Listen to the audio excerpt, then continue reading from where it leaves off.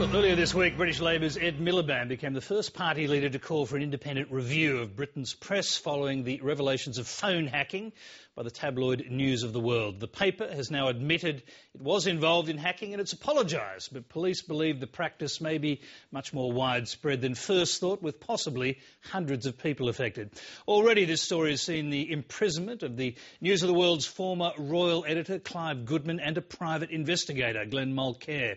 It also led to the resignation of Prime Minister David Campbell's press secretary, Andy Coulson, a former editor. Well, to discuss the evolving story, we're joined in London by Roy Greenslade. He's a professor of journalism at City University London, a columnist with The Guardian and a former editor of the Daily Mirror. Thanks for being there, Roy. Hi.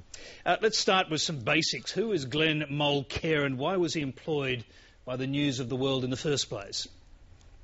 Mr Mulcair is a former footballer who turned himself into a private investigator in his after his career stopped kicking the ball, and he made a habit of obtaining information which was difficult for people normally to get hold of, probably involving police information which is not readily available even to journalists who cultivate the police. So he was viewed within the News of the World, which put him on a contract for £100,000 a year.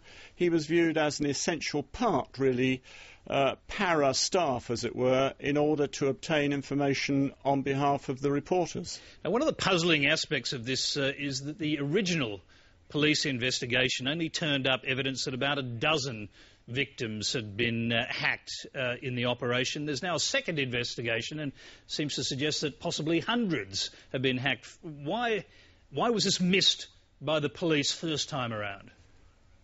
Well, we don't know. That's part of the mystery. Part of the reason that this story has lasted for 5 years. The royal editor you mentioned and Mr Mulcair went to jail in 2006. And it's taken that long for this story to unravel. And I think the oddity is that we know the police originally found in Mr Mulcair's home many notes, many documents containing possibly 3,000 names. We're not quite certain, but certainly hundreds of names of celebrities, politicians, agents, PR agents and so on. And also a number of PIN numbers, the numbers to their cell phones. And unfortunately, the police decided in their wisdom that they were only going to proceed with the cases involving Prince William and Prince Harry. The reasons for that have yet to emerge, but there has been a suggestion that there was a misunderstanding between the police investigators and the prosecution services, in which the police misunderstood some advice from the Crown Prosecution Service. This has led to a row between the Crown Prosecution Service and the Metropolitan Police, which itself at the moment is unresolved, but is part of the reason that the police are now investigating the police and re-investigating the whole aspect of phone hacking at the News of the World. It's all very odd. Now, this private investigator, Mulcair, has racked up hundreds of thousands of pounds in legal fees. Is it clear whether the Murdoch empire is actually paying for his defence? There is a supposition that the organisation is paying, but they won't say yes and they won't say no. And I've been carrying questions about that on my blog, and I'll be carrying yet another one tomorrow. We find it very baffling that they haven't denied it, but they also haven't admitted it, and we're going to put his lawyers under pressure to explain exactly who is paying what will amount to enormous costs. If they are paying, I ought to say it's extraordinary. This man has been convicted of intercepting voicemail messages. He has served months in jail. And the idea that in such circumstances, one of the world's most powerful media organisations, which is, after all, about supposedly holding power to account, if it was paying, it would be, I think, a desperate situation and something to deplore. Is it clear, or is it becoming clear yet, who in the newspaper gave him his riding instructions and whether or not he was acting on direct instructions when he began to break the law in this hacking operation? Again, we don't clearly know. What we do know is that clearly 2 journalists did give him instructions, one of whom has since been dismissed. An assistant editor has been dismissed by the paper. All we've got to go on is the notes and certain names against which there are also names of News of the World staff. We know some of the names of those staff. We don't know yet whether they were the ones who instructed him to do it. What we found very difficult to understand right from the outset of this is, could one person only be using the services of a man who was being paid so much money a year? That was unlikely, so it was clearly more than that. We now know probably that there were 3, maybe 4, maybe 5 people. It's extraordinary as well that so many senior executives of the News of the World have since left the organisation. About 4 most senior staff have gone since this erupted. Now, it may be that they were getting on in life and that their natural time at the paper had come and gone, but it's still, I think, mysterious. One of the things you have to take on board here is that when a cover-up takes place and when there's a long period of denying the truth, we now know it's the truth because they've admitted it, it may be that many of these conspiracy theories, in fairness to Rupert Murdoch's organisation, they may be wrong. But there is a big suspicion of a conspiracy here between the police and between the newspaper, and a cover-up by the organisation. And that's what I think we need to get at. And I suppose the real question will be then how far up the chain of command it goes. Well, that's the fascinating aspect. I would doubt very, very much that it reaches up to Rupert Murdoch. I ought to say that straight away. I'd find that extraordinary.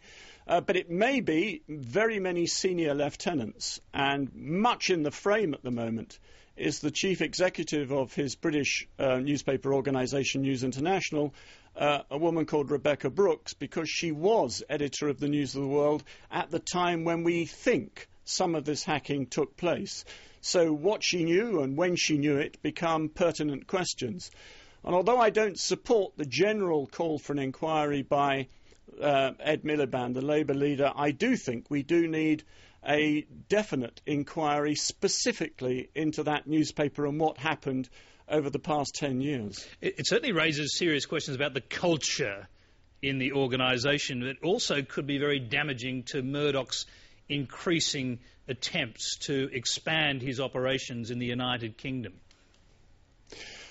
I'm hesitant to make that link, actually. I think they are largely separate.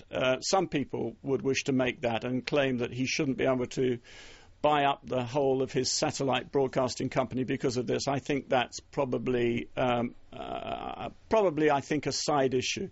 I think the important thing to know is exactly what that culture was like. We know that the News of the World, Britain's best-selling newspaper until the last couple of years when it was overtaken by The Sun, they're both going down, so they passed on the way, as it were. But it is Britain's best-selling Sunday newspaper.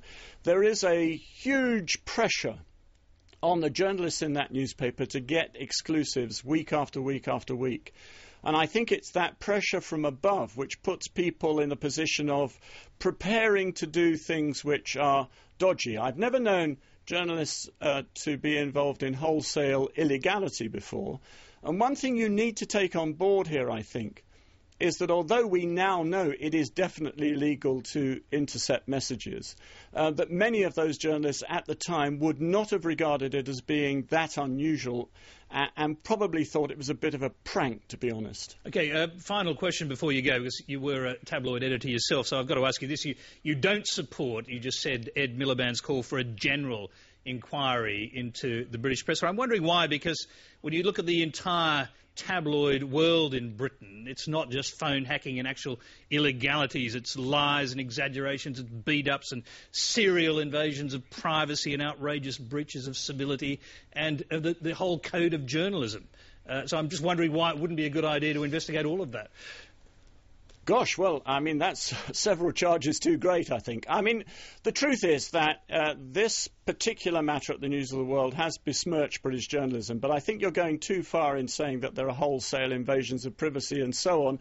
I think that period is long past. I do think that other newspapers and other reporters on those newspapers probably got up to the same thing, But News International is caught by that 11th commandment about do not get caught.